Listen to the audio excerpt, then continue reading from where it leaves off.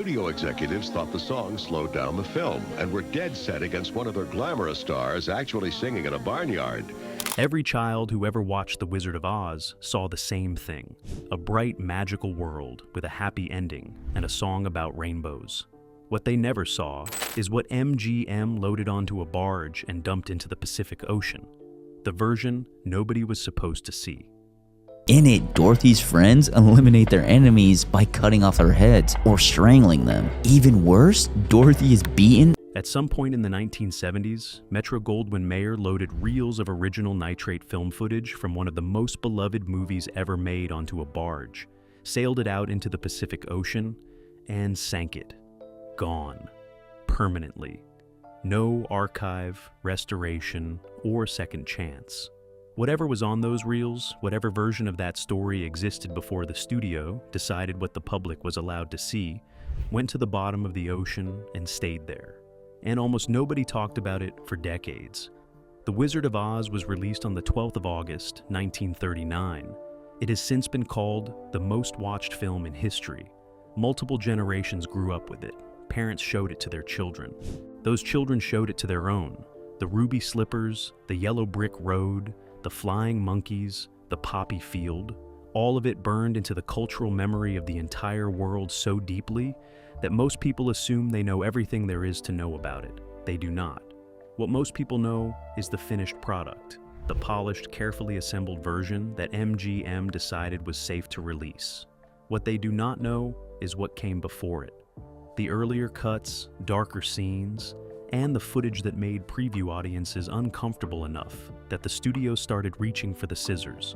The sequences that were filmed, completed, scored, and then quietly removed and, in many cases, destroyed so completely that not even a single frame survives today. There is a version of The Wizard of Oz that you have never seen. There are actually several versions. Some of what was cut was simply impractical, too long and slow. Normal editing decisions that every film goes through. But some of what was cut was something else entirely. Some of it was removed because it revealed too much about the conditions on that set, about what was being done to the people making the film, and the gap between the cheerful fairy tale on screen and the grim industrial reality behind it. And the studio knew exactly what it was doing. This was not carelessness. It was not the accidental loss of old film stock left in a forgotten vault somewhere. Some of this was deliberate. Some of it was a decision made by powerful men in expensive suits who understood that the image they had built was worth protecting at any cost. And the cost, it turned out, was the truth. Here is what makes this story so difficult to sit with. The Wizard of Oz is not just a film. It is a symbol, and it represents innocence, childhood. The idea that home is the safest place in the world and that goodness always wins in the end. That is what the finished film sells and what millions of people bought. That is what parents still put on for their children today without thinking twice about it. But the story of how that film was actually made is almost the exact opposite of everything it represents. It is a story about a teenager being destroyed by the people responsible for protecting her. It is a story about actors being hospitalized by their own costumes while the studio demanded they come back to work anyway.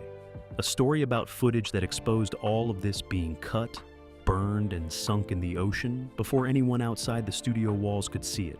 The rainbow was real. Everything underneath it was not. And the deeper you go into the original version of The Wizard of Oz, the harder it becomes to watch the finished one the same way ever again.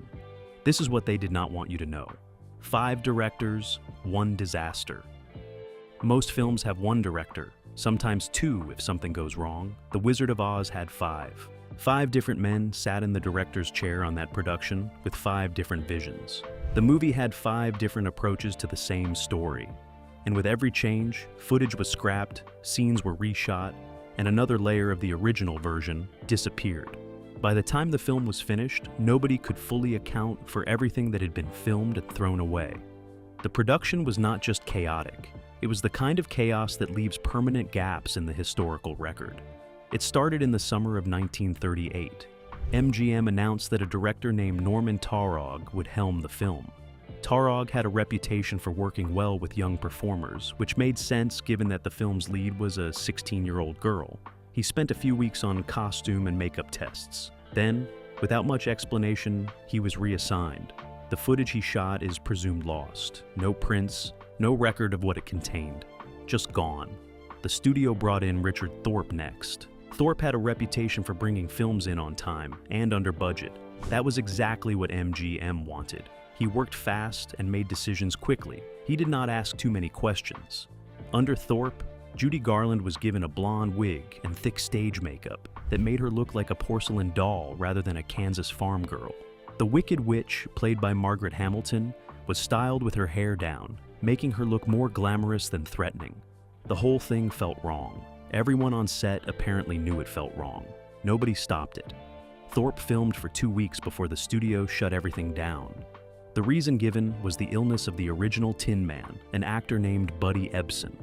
But there was more to it than that. When producer Mervyn LeRoy reviewed Thorpe's footage, he was uncomfortable with what he saw. Not just the look of it, the tone, the approach.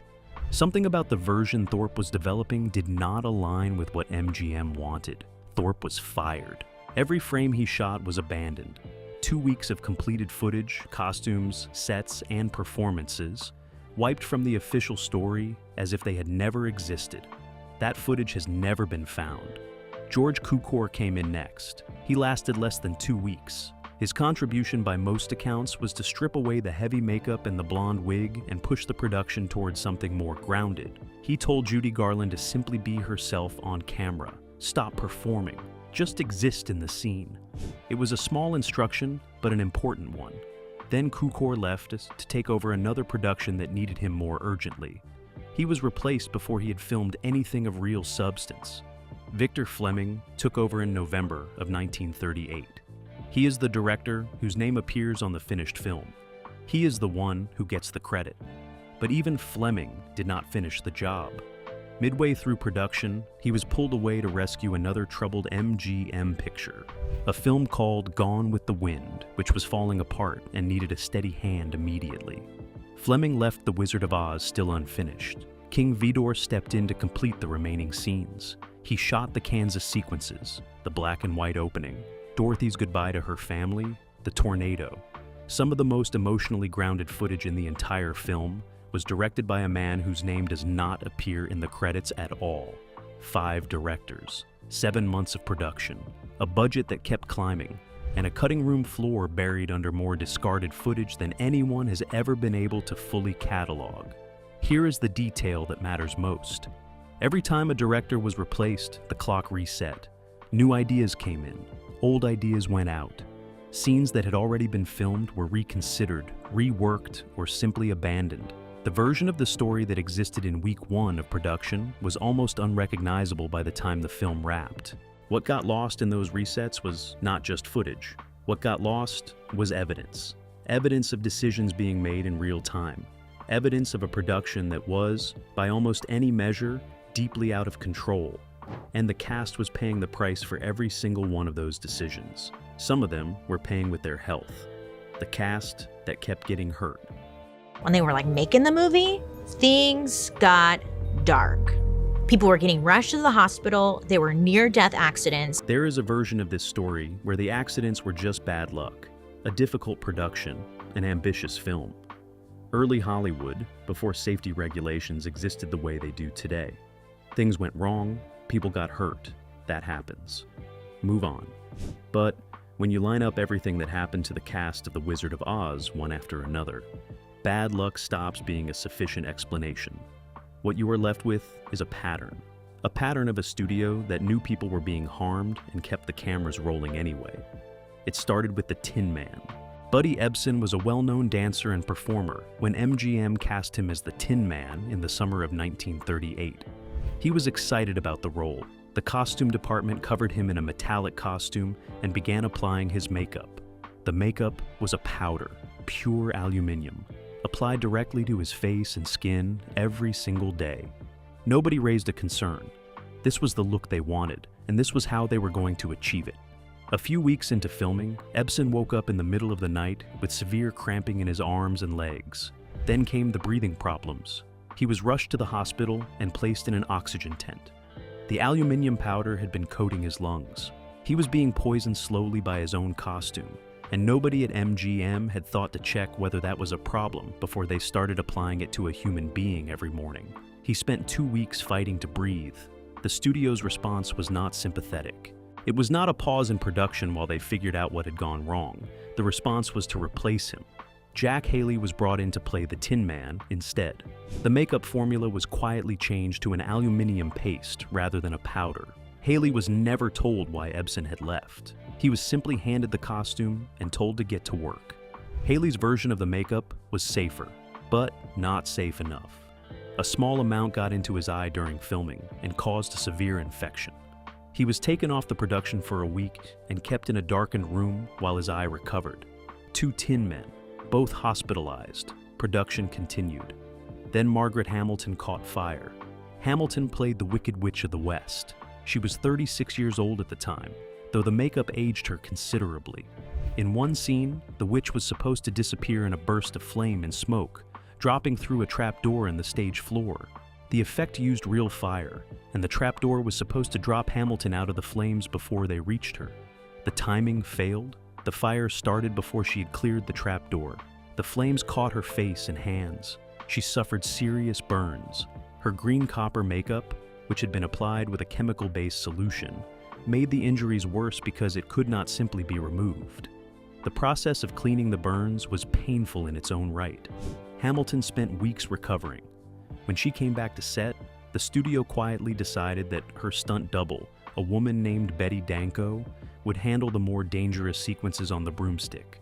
During one of those sequences, a pipe attached to the broomstick that was supposed to generate smoke exploded. Danko suffered severe burns and permanent scarring from the incident. 2 women were injured while filming the same role. The studio noted it, adjusted, and kept going. Then there was the snow. One of the most visually beautiful sequences in the film is the poppy field scene, where Dorothy and her friends fall asleep in a field of flowers as white snow drifts down around them. It is gentle. It is peaceful. It is exactly the kind of image that makes the film feel magical. The snow was asbestos, pure chrysotile asbestos, the same material that would later be banned in most countries as a known cause of lung cancer and serious respiratory disease. The cast lay in it. They breathed it. It settled on their skin and their costumes. Nobody on that set in 1938 knew how dangerous it was. Or, if they did, they said nothing. Because saying nothing was what that studio did best. And nobody on that production understood that better than the 16-year-old girl at the center of all of it.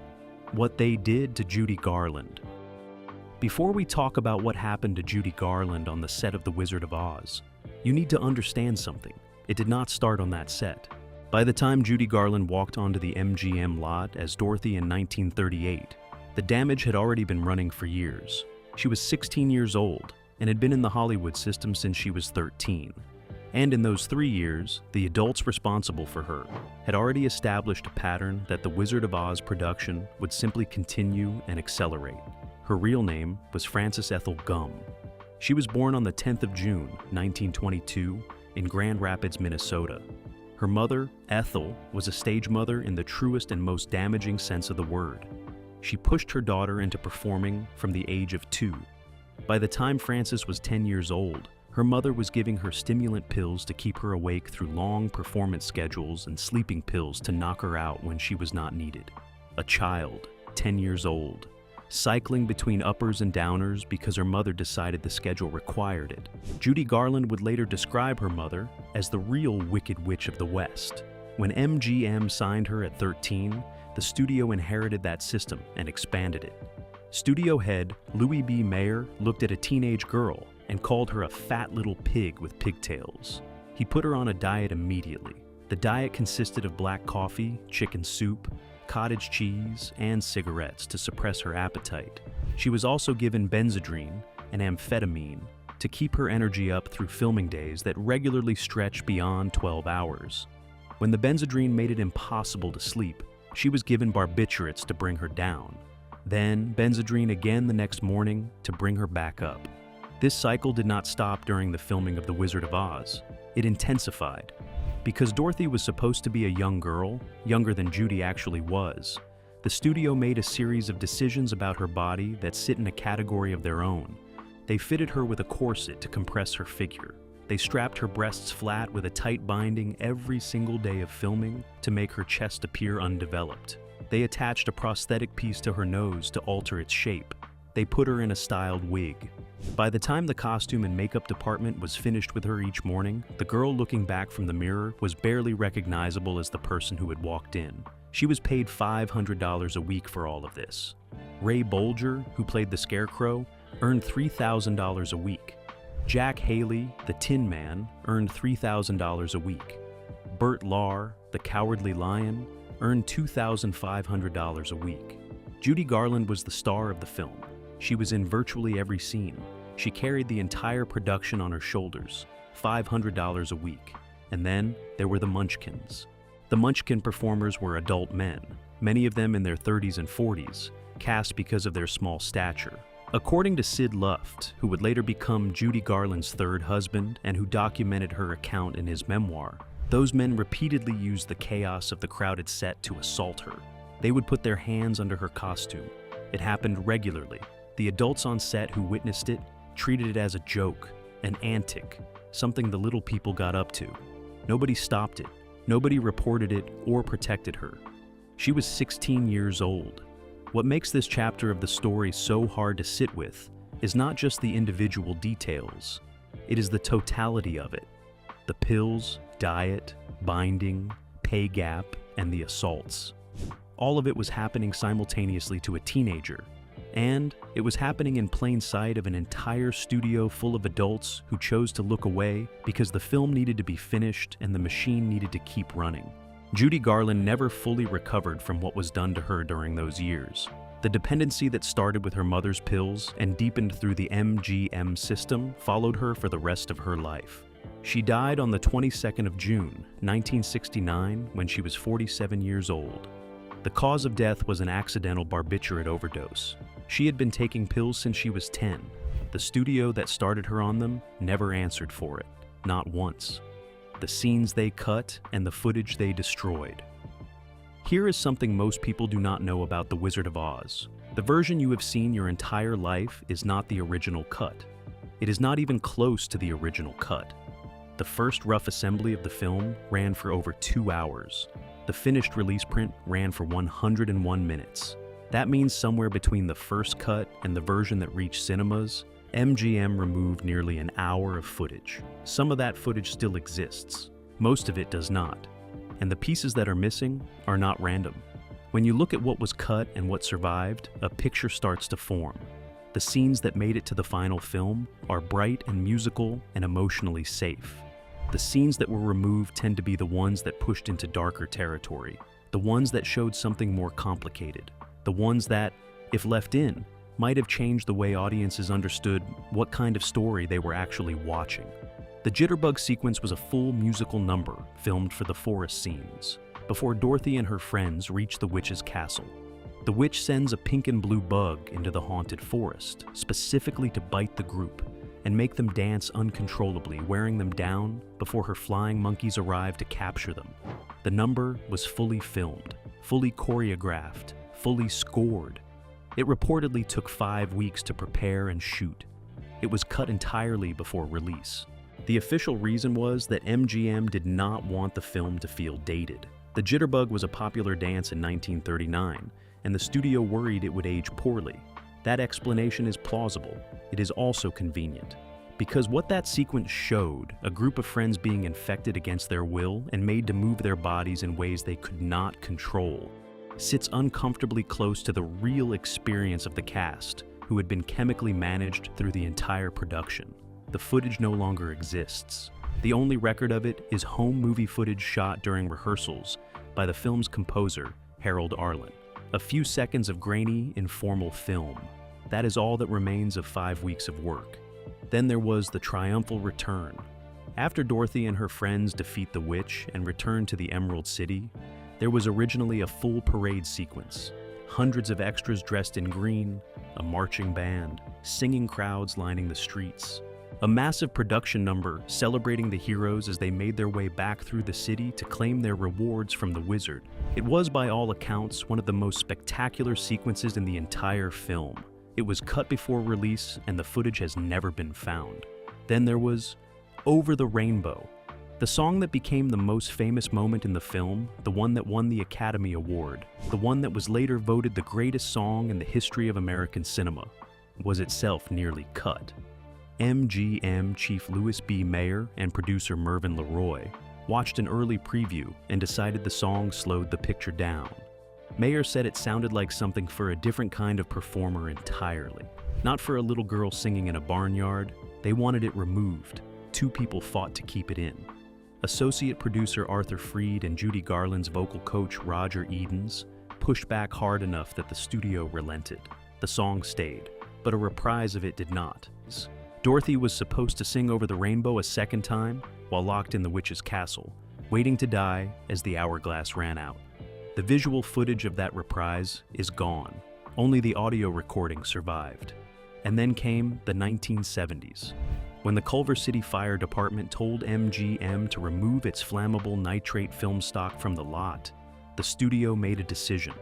Rather than store it or archive it or transfer all of it carefully to safer stock, they loaded the reels onto a barge, they sailed it out into the Pacific Ocean, and they dumped it.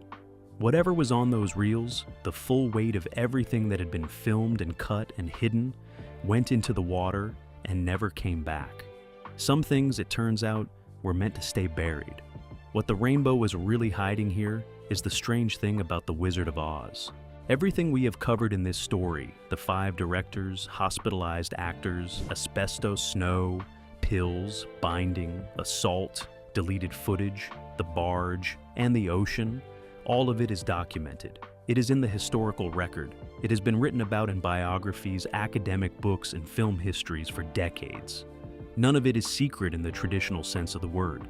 And yet, the film's reputation survived all of it completely intact. That is the most disturbing part of this story. Not what happened, but how little it mattered to the image. The Wizard of Oz remains one of the most beloved films in history. Parents still put it on for their children without hesitation. It still airs on television and sells merchandise. The ruby slippers still draw crowds in museums. The song still makes people cry. Nothing that happened behind that camera has made a meaningful dent in the way the world holds this film, which raises a question that does not have a comfortable answer. How does a story survive the truth about itself so completely? Part of the answer is timing. The full picture of what happened to Judy Garland did not emerge all at once. It came out slowly, across decades, in fragments. A memoir here, a biography there, an interview where she hinted at things without saying them directly. By the time the complete picture was visible, the film had already been watched by so many generations of people that the emotional bond was essentially unbreakable. You cannot easily take something away from a person that they associate with their own childhood. The feeling is too deep. The attachment is too old. MGM understood this, not necessarily as a strategy, but the studio system that produced The Wizard of Oz was built on exactly this principle. Control the image long enough, and the image becomes the truth. Cut the footage that complicates the story. Bury the footage that contradicts it. Sink whatever is left in the ocean. By the time anyone starts asking questions, the people who could answer them are gone, and the evidence is at the bottom of the Pacific. That system worked. It worked on The Wizard of Oz and on dozens of other productions from the same era. The golden age of Hollywood was golden for the studios. For many of the people inside those studios, especially the young ones and the women, it was something else entirely. Judy Garland spent the rest of her life trying to explain what had been done to her. She gave interviews, wrote about it, and talked about it on television. She said plainly that the MGM system had built her dependency and then abandoned her once she was no longer useful. People listened, they sympathized, they applauded her courage in speaking out. Then they went home and watched The Wizard of Oz again, without changing the way they felt about it at all. That is what the rainbow was hiding, not just the deleted scenes or the damaged footage rotting on a barge, but the gap between what a story says and what it costs to tell it. The Wizard of Oz tells children that home is safe, that the people around you can be trusted, that if you are good and brave and true, things will work out in the end. None of that was true for the people who made it. Buddy Ebsen nearly died in his costume. Margaret Hamilton carried scars from her burns. Betty Danko was permanently injured on a broomstick. Judy Garland was handed her first pill before she was old enough to understand what a pill was, and she never found her way back from it. The finished film is a miracle of craft and imagination. That is real. The color, the music, the performances, the world that was built on those sound stages, it is genuinely extraordinary. None of what happened behind the camera makes that less true, but it does make it more complicated. The next time the screen goes dark and the MGM lion roars and a girl in ruby slippers steps out into a world of color and wonder, remember what it took to put her there. Remember what she paid for that rainbow. And remember what they threw into the ocean to make sure you never found out. The Wizard of Oz gave the world one of its most enduring images of hope and innocence. Behind that image was a 16-year-old girl being destroyed by the system that made her famous. Footage dumped into an ocean, and a studio that spent decades making sure the curtain stayed closed. Now you know what was behind it.